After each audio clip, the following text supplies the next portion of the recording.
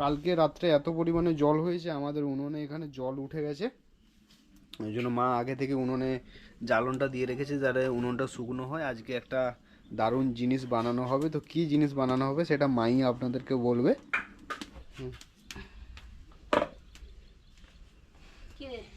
উনুনটা ঝিপে গেল। ও ভেজা উনানে আর কি হবে, ওরকম ঝিপবে জ্বলবে, ঝিপবে জ্বলবে, আর কি করবে। ফু দাও। কালকে জন্মাষ্টমী, তাই আজকে ভাবলাম আমি একটু খুদের নাড়ু বানাই। তো আপনারা জানেন কি এই খুদের নাড়ু কে বানিয়েছিল? তো চলুন আগে এই খুদ মানে ভাঙা চালগুলিকে ভেজে নিই। শুকনো খোলায় আমি এটিকে ভেজে নেব।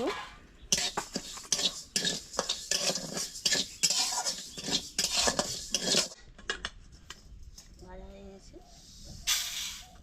এইভাবে আমি সবগুলিকে ভেজে নেব।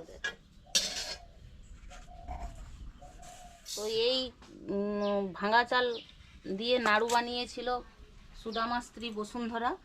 সুদামা তার সখার কাছে মানে বন্ধুর কাছে যাওয়ার জন্য যখন যাবে তখন ভাবতেছিল যে কি নিয়ে যাব, খালি হাতে তো আর বন্ধুর কাছে এতদিন পরে যেহেতু যাব, তো খালি হাতে তো যাওয়া যায়নি। তখন তার স্ত্রীকে বলতেছে, বসুন্ধরা আমাকে একটু নাড়ু বানিয়ে দাও, আমার সখা খুব নাড়ু খেতে পছন্দ করে। তখন বসুন্ধরা বলতেছে, বাড়িতে তো কিছু নেই, কী দিয়ে নাড়ু বানাবো? তখন বসুন্ধরা তার বাড়িতে দেখে না হচ্ছে হাঁড়ির মধ্যে ভাঙা চাল কিছু রয়েছে। তো সেই ভাঙা চাল দিয়ে সুদামা বললো, ওই ভাঙা চাল দিয়েই আমাকে একটু নাড়ু বানিয়ে দাও, তো ওই নাড়ু নিয়ে যাব। ভাঙা চাল দিয়ে বসুন্ধরা নাড়ু বানিয়ে দিল। এবারে পথে সুদামা নিয়ে যাচ্ছে। তো দ্বারকার অধিপতি শ্রীকৃষ্ণ, কৃষ্ণের কাছকে যেতে যেতে সুদামার পায়ে অনেক ব্যথা, অনেক পথ হেঁটে হেঁটে যাচ্ছে। যেতে যেতে যেতে যেতে তো পথ হারিয়ে ফেলছে। একে জিজ্ঞাসা করতেছে দ্বারকার কত দূর, তাকে জিজ্ঞাসা করতেছে দ্বারকার কত দূর। শেষমেশ দ্বারকার দরজায় যেয়ে সুদামা পৌঁছালো। কিন্তু সুদামা তো আর হচ্ছে দ্বারকার রাজা অধিপতি শ্রীকৃষ্ণ, তার যে প্রহরীরা রয়েছে তারা তো সুদামাকে মানে ভিক্ষার বেশে মলিন বস্ত্র পরে আছে। তো সেইভাবে তো যে রাজার দুয়ারে তো ঢুকতে দিচ্ছে না। না আমার ওইখানে সখা থাকে, না তোমার সখা ওইখানে থাকে, না হ্যাঁ সখা থাকে। যে অনেকবার বলার চেষ্টা করলো, কিছুতেই ঢুকতে দেয়নি। প্রহরীরা তাকে শাস্তি দিল। তারপরে দ্বারকার রাজার কাছে খবর গেল যে এরকম হচ্ছে অমুক জায়গা থেকে সুদামা এসেছে, তার সখা বলতেছে। তখন শ্রীকৃষ্ণ নিজে এসে তার বন্ধু, প্রিয় বন্ধু সুদামাকে বাড়ির ভিতরে নিয়ে গেলেন। বাড়ির ভিতরে নিয়ে গিয়ে তার চরণ ধোয়ালেন। চরণ ধোয়াতে গিয়ে দেখেন না তার চরণে কাঁটা ফুটে পা দিয়ে দরদর করে রক্ত বেরোচ্ছে। সে রক্ত তখন দেখে সুদামা বলছে, কৃষ্ণ বলছেন সুদামাকে যে বন্ধু তুমি আমার কাছে আসার জন্য এত কষ্ট পেয়েছো? না আমি এরকম এসেছিলাম, আমার গোটা শরীরে দেখছি না বেত্যাঘাতের ঘা। সবাই তার প্রহরীরা যে মেরেছে আর কি, মেরেছে দিয়ে হাত বুলিয়ে দিচ্ছে। এবারে সুদামা যখন নিচে বসতে যায় তখন কৃষ্ণ বলছে, না বন্ধু ওখানে নয়, তুমি এসো আমার এই রাজ সিংহাসনে। তাকে বসিয়ে কৃষ্ণ তার মানে ভক্তের জন্য সেবা করতেছে। তো সুদামা প্রিয় সত্যিকারেরই মানে হচ্ছে ভক্ত ছিলেন। ওই খুদের নাড়ু যে নিয়ে গিয়েছিলেন, কিন্তু রাজা শ্রীকৃষ্ণকে দ্বারকার রাজা যেহেতু তাকে দিতে পারেনি। এবারে কৃষ্ণ তো অন্তর্যামী, সে তো জানেই যে আমার বন্ধু আমার জন্য নিশ্চয়ই কিছু না কিছু নিয়ে এসছে। এবারে সুদামাকে বিশ্রাম, পায়ের কাঁটা বের করে পা ধুইয়ে তার সেবা শুশ্রূষা করে তাকে খেতে দিয়ে তাকে বিশ্রাম করতেছে এবং তার পদসেবা করতেছে। স্বয়ং ভগবান ভক্তের নিজে পদসেবা করতেছেন, ভাবুন। পদসেবা করতে করতে বলছে, আচ্ছা বন্ধু তুমি যে এতদিন পরে এলে, আমার জন্য কিছু নিয়ে আসোনি? বসুন্ধরা কি আমার জন্য কিছুই পাঠায়নি? না তখন সুদামা কিন্তু মিথ্যে কথা বলেছিলেন। না বন্ধু আমি কিছুই আনিনি। না তোমার ওই পটুলিতে দেখি কি আছে? না কিছুই নেই। তখন কৃষ্ণ কিন্তু শুনেননি যে নিশ্চয়ই কিছু এনেছে। তো সুদামা দিতে লজ্জা পাচ্ছিল যে এই খুদের নাড়ু কি করে দেব, একজন দ্বারকার রাজা মহারাজাকে আমি কীভাবে দেব? ছোটোবেলার বন্ধু এখন বড় হয়ে রাজা হয়ে গেছে, তো মান সম্মানে লাগতেছে। কিন্তু কৃষ্ণ সেখানে নিজেই সেই পুটলি থেকে ওই নাড়ু বের করে বলছে, এই তো বন্ধু তুমি আমার জন্য নাড়ু নিয়ে এসেছো। তো ওই নাড়ুটা সুদামার চোখের জলে ভক্তি ভরে বানিয়েছিলেন, মানে সুদামার স্ত্রী সুদামা দুজনে মিলে ভক্তি ভরে বানিয়েছিলেন। ওই জন্য ওইটাই তার কাছে অমৃত ছিল। কৃষ্ণ কিন্তু ওই নাড়ু দুটো খেয়েছিলেন এবং বন্ধুর সঙ্গে তার আবার পুনর্মিলন হলেন। ছোটবেলায় যে ওই নাড়ুর চুরি নিয়ে গুরুর আশ্রমে যে আপনার বিবাদ হয়েছিল, তারপরে আবার কিন্তু ওখানে মিলন হলেন।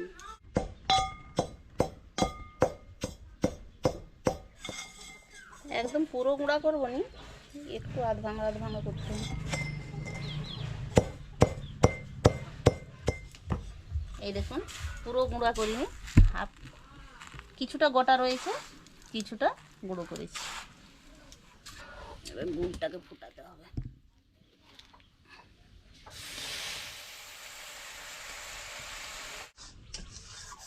না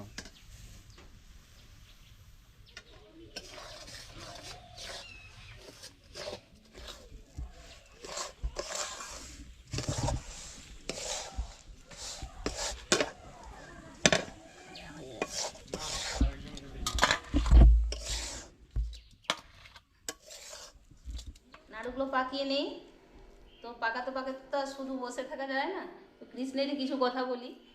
তো এই কৃষ্ণ ভাদ্র মাসে অষ্টমী তিথিতে কৃষ্ণপক্ষে আপনার অশ্বিনী নক্ষত্রে জন্মগ্রহণ করেছিলেন। দৈবকী ও দৈবকীর গর্ভে জন্মগ্রহণ করেছিলেন। তো আমরা জন্মগ্রহণই বলবো, কিন্তু ভগবান তো জন্মগ্রহণ করেন না, ভগবান আবির্ভূত হন, কারণ সে নিজেই স্বয়ং এই বিশ্ব ব্রহ্মাণ্ড তৈরি করেছেন, তিনার মধ্যেই সব কিছু। তো তিনি কি জন্মগ্রহণ করবেন? তিনি আমাদেরকে সৃষ্টি করেছেন, তো তিনি আবির্ভূত হয়েছিলেন। তো কেন স্বয়ং বিষ্ণু কৃষ্ণ রূপে আবির্ভূত হয়েছিলেন জানেন? আপনার এত অত্যাচার পৃথিবীতে অসুরদের বেড়ে গিয়েছিল, তো দেবতারা আর তেষ্টাতে পারছিল না। তখন দেবতারা স্বয়ং ক্ষীরোদ সাগরে স্বয়ং বিষ্ণু যখন অনন্ত শয্যায় নিদ্রায় গমন হয়েছিলেন, তখন তার আরাধনা করেছিলেন। আরাধনা করে তাকে জাগিয়ে তুলেছিলেন, জাগিয়ে তার কাছে বললেন দেবতারা যে প্রভু আমাদেরকে রক্ষা করো, এই অসুরদের হাত থেকে আমাদেরকে রক্ষা করো। সেই জন্য বিষ্ণু দাপর যুগে কৃষ্ণ রূপে দৈবকী ও বসুদেবের ঘরে আবির্ভূত হয়েছিলেন। আমার বানানো প্রায় শেষের দিকে, আর একটা কি দুটো হবে। তো সে যুগেও বন্ধুরা অসুর ছিল, আমাদের এ যুগেও আমরা যে বাস করতেছি এ যুগেও অসুর আছে। তো এই কদিন আগে আরজি করে যে ডাক্তার দিদিমণিকে যে আপনার নৃশংসভাবে যে হত্যা করলেন, ধর্ষণ করলেন, তো এখনও ওষুধের মধ্যে কোনো পার্থক্য নেই। এই কিছুদিন আগে আপনার ঝাড়গ্রামে মা হাতিরিকে তার গর্ভ অবস্থায় জ্বলন্ত দাবানল দিয়ে, তাকে জ্বলন্ত হুলা দিয়ে, ওই রডের লোহাকে তাঁতিয়ে আর কি তাকে গেঁথে তাকে হত্যা করলো। তো মানুষের মধ্যে সে অসুর আর এই অসুরের মধ্যে কোনো পার্থক্য নেই বন্ধুরা।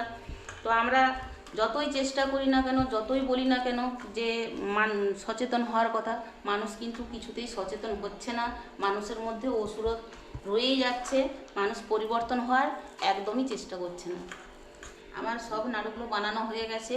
তো আগামীকাল জন্মাষ্টমী, আপনারা সবাই আনন্দ করুন, আর এইভাবে নাড়ু বানিয়ে কৃষ্ণকে পূজা দিতে পারেন, পুজো দিন। তো কেমন লাগলো আমার এই ভিডিওটি আপনারা অবশ্যই কমেন্ট বক্সে কমেন্ট করে জানাবেন। আমার ক্ষুদ্র জ্ঞানে যতটুকু কৃষ্ণের নাড়ু বানাতে যতটুকু জানি, আপনাদের কাছে সঙ্গে শেয়ার করলাম। আজকের ভিডিওটি এখানেই শেষ করছি। তো ভিডিওটি আপনারা একটু শেয়ার করবেন, লাইক করে দেবেন, চ্যানেলটিকে সাবস্ক্রাইব করে রাখবেন।